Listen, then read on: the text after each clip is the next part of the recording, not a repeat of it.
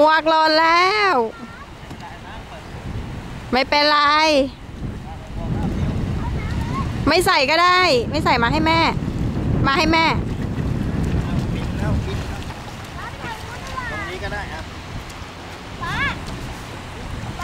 ตรงนี้ก็ได้ลูก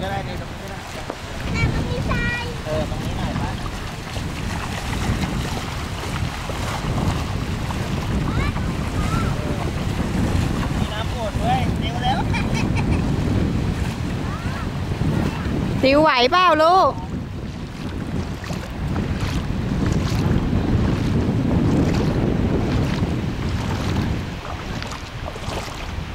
อันเน่ไม่กลัวเก่ง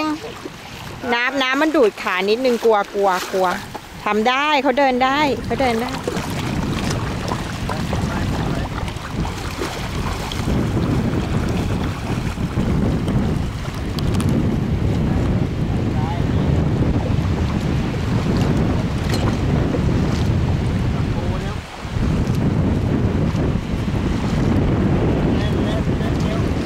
ไม่ร้อน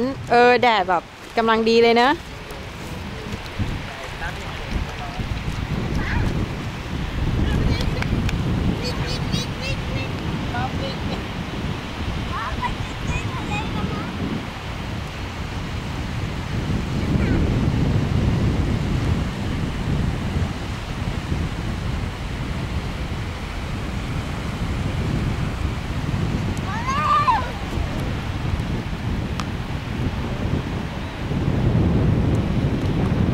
ทำอะไรไททันทำอะไรครับ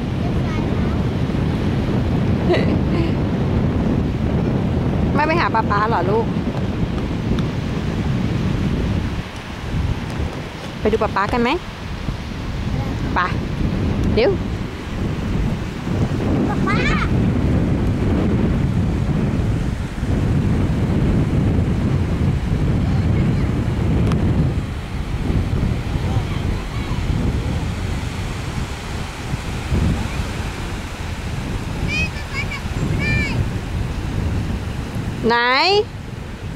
ไหนปู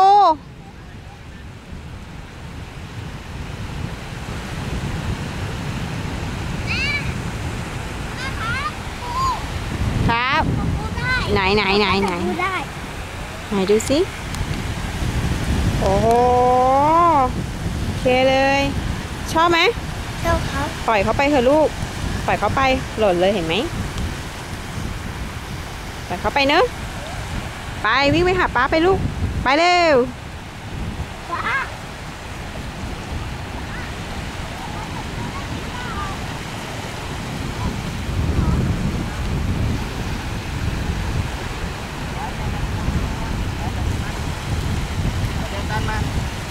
มาตรงนี้เถอะลูกวิ่งเร็วมาที่เข้ามาข้างในดีกว่าเร็ว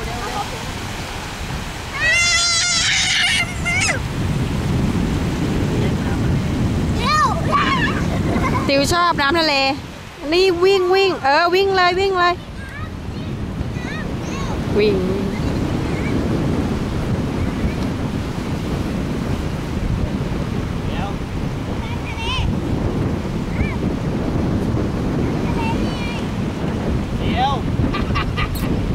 ชอบหมดกันแล้วมันหมดเองกันเลย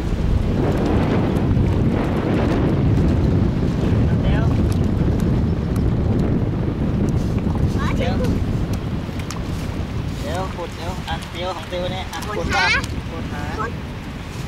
อบเอากระนี้ใส่น็อตเอากดเอาเน้นนี่เตียว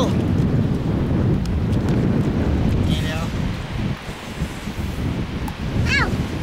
เอาเตียว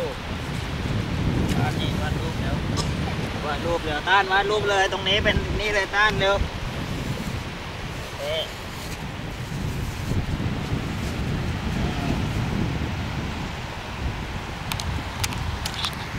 แล้วปูไปไหนละว่ารูปอะไรปูไปไหนละปูปล่อยไปแล้วให้ปล่อย วาดรูปอะไรต้าน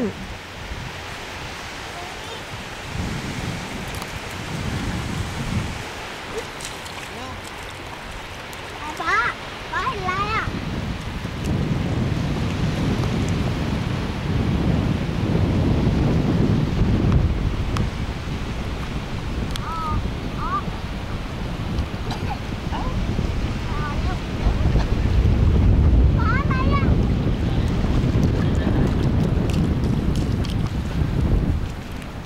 ติว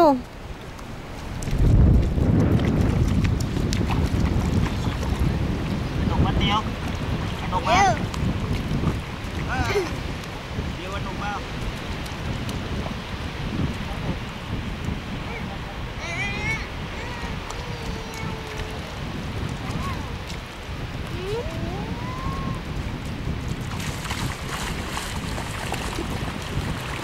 เดี๋ยวก่อกองทรายอันนี้เดี๋ยวก่ออันนี้เดี๋ยว